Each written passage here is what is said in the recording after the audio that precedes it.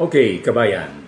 Alam po ninyo, nung mga panahong tayo po ay nasa radyo pa kabayan, nagsagawa po ng mga research at field trial ang IRI, International Rice Research Institute, ukol sa produksyon ng palay. Tayo po ay naatasang gumawa ng mga documentaries ukol sa mga ito.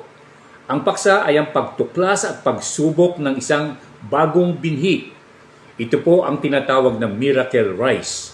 Pero bago pa po tayo magpatuloy, kabayan, hayaan po ninyong mahilig ko sa inyo, pakishare, like, and subscribe po ninyo ang ating alamin sa Facebook at YouTube, kabayan. Alam nyo, masaya noon ang lahat ng mga involved sa nasabing rice program. Ang Pilipinas, IRI at iba pang mga bansang nagmamasid at dahilan sa nakuwang tagumpay sa proyekto, sa unang pagkakataon ay nakapag-export ang Pilipinas ng binhi ng miracle rice na kung tawagin po natin.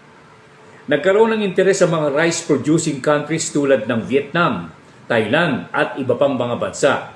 Ito ang dahilan kung bakit ang Pilipinas ang naging sentro ng palasubukan ukol sa produksyon po ng palay at ang pagpapadala ng mga dalubhasa sa produksyon ng palay mula sa iba't ibang mga panig po ng daigdig, mag-aaral at mga natatanging magsasaka. Yun ay isang napakagandang pangyayaring naganap sa pananakahan sa Pilipinas noong mga panahong yaon, kabayan ko. Yun nga ang isang dahilan kung bakit ang mga bansang tulad ng Vietnam at iba pa ay naging masigasig sa produksyon ng palay.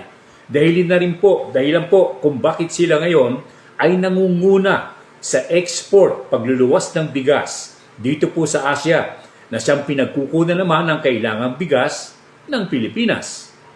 Masaya para sa Pilipinas sa dahilang dito po sa atin through IRI and our government nakuha po ang mga kaalaman ukol sa programang ito ng palay.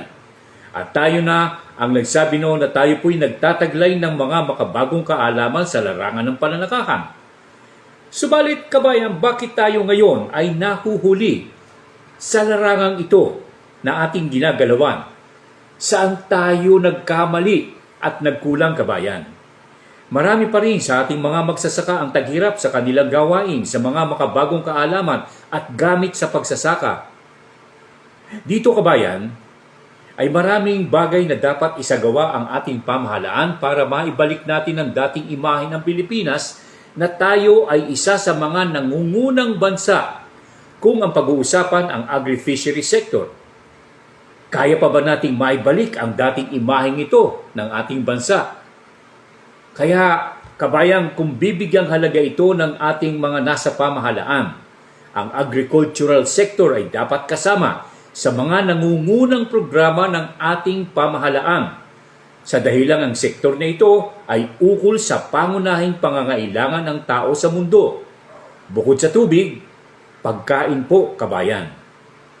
God bless po sa lahat ng ating mga kabayang sumusubaybay ng ating palatuntunang ating alamin.